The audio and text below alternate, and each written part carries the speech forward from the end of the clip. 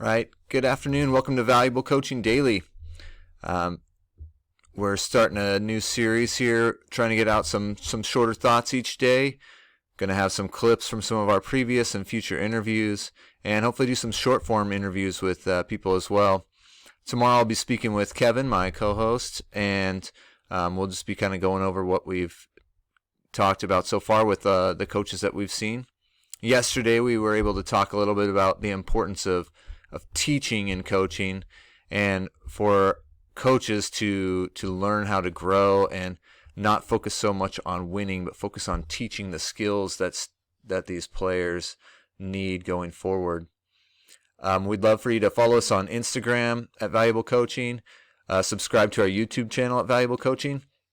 You can follow us on Facebook, and you can also listen to us on Spotify, Anchor, Google Podcasts, Breaker, Pocket Casts, and Radio Public. We're hoping that we can help players, coaches, parents, all try and figure out the best practices for becoming, again, better at their jobs with the athletes. Today I want to talk a little bit about learning about how to take what works for you, making some small adjustments, and really being able to recognize what you can improve. So with the kind of the idea behind this podcast from Kevin and I was that we wanted to try and improve our own coaching practices, our own teaching practices, and we want to be able to give coaches a platform, and club directors, trainers, whoever it might be, a platform to really show what works best at some of these high level programs, and so people can get better. With that, you need to be able to take what works for you. Not everything that somebody says is going to work for you. We may have a men's coach on here, and he's talking about something that's very specific to men's volleyball. May have a women's coach, same thing, that just doesn't work for you. You also might have a trainer come on, or you may even have one come in your gym and tell you this is a certain way you need to work out. And you don't have to take every last little thing and cram it in.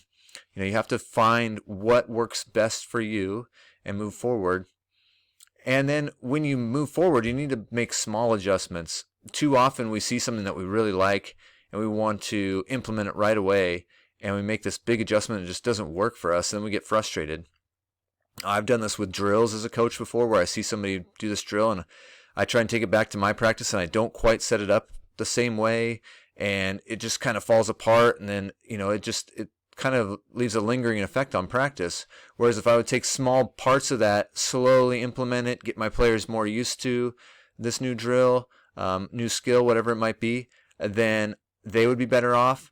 I would be doing a better job teaching them how to do it, and practice would run much smoother.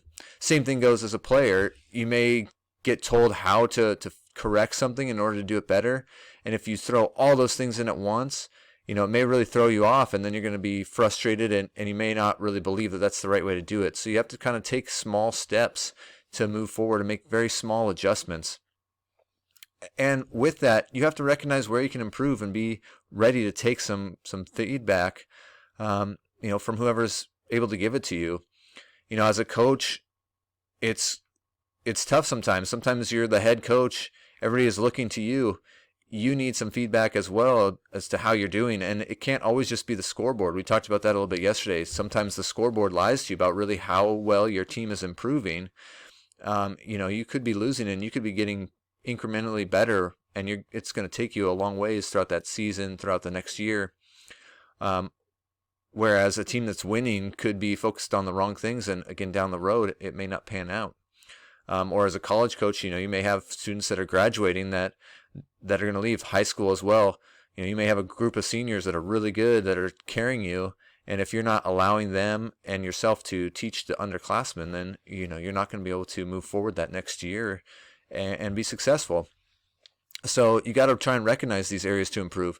Same thing goes as a player, and even as a parent, you got to try and recognize small areas to improve on, and then work on that going forward.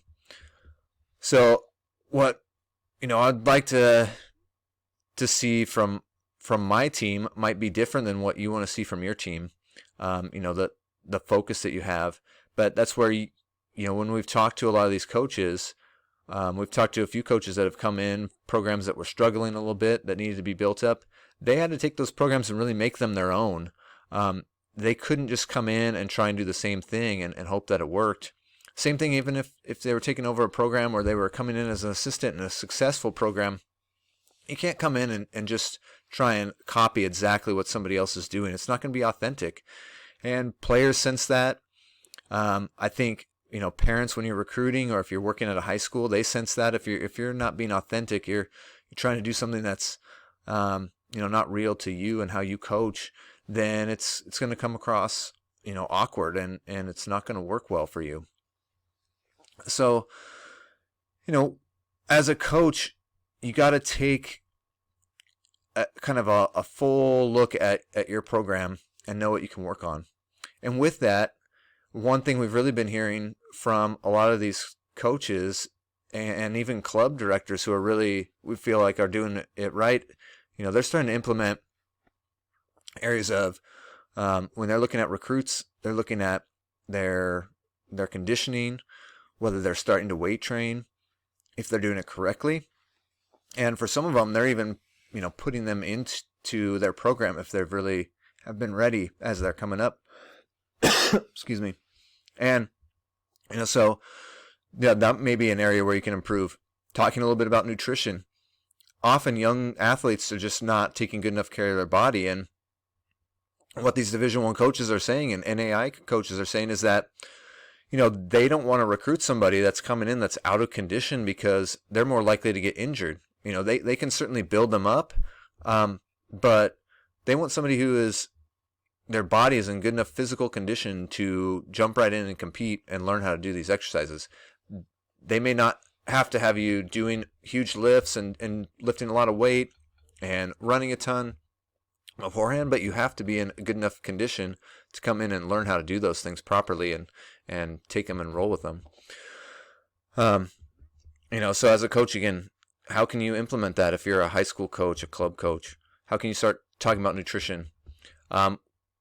We also heard from one of the coaches, Todd Hollenbeck, how he really one season decided, he was going to take care of his own body, and it helped him with his coaching because he didn't have the back pain from getting up and down off the seat. He didn't have the pain from, jumping in practice and, swinging at balls and putting them in play. And so, again, then he's able to focus better. If you keep yourself in good physical condition, it also, models to your players that, that's something that you value and that they should be valuing too as a player. And, if you're eating out on the road, I know a lot of times it's fast food and stuff, so it's hard to model necessarily if you're eating with your team. But, it's a time to talk to them and try and say, hey, you know what, this may not be the healthiest place to be eating, but, when we get home, you got to try and take care of your body and really be ready for practice. So again, today I just hope that people can listen to our podcast, listen to some other podcasts, find people that you like, find books that you like, talk to coaches, talk to players, talk to other parents, see what works for you out of what these people are doing that's successful, and try and see where you can improve. And then again, start making small adjustments that'll lead to success. I want to thank One Stone Apparel for sponsoring us. They do a great job making T-shirts and all kinds of apparel for any of your camp needs. I'm a physical education teacher. They did a great job getting us our physical education clothes. They do these great character words on the back. Would be perfect for a camp, for practice shirts. If you're trying to emphasize character in your program. One Stone Apparel is awesome. You can email Dave at One Stone Apparel and get some quotes, get him to send you some quality merchandise. We hope to see you guys back here. Again, follow us on YouTube at Valuable Coaching. Please subscribe. And we hope to have you back again tomorrow. Kevin and I will be talking a little bit about some of our takeaways from these coaches that we've been able to interview so far.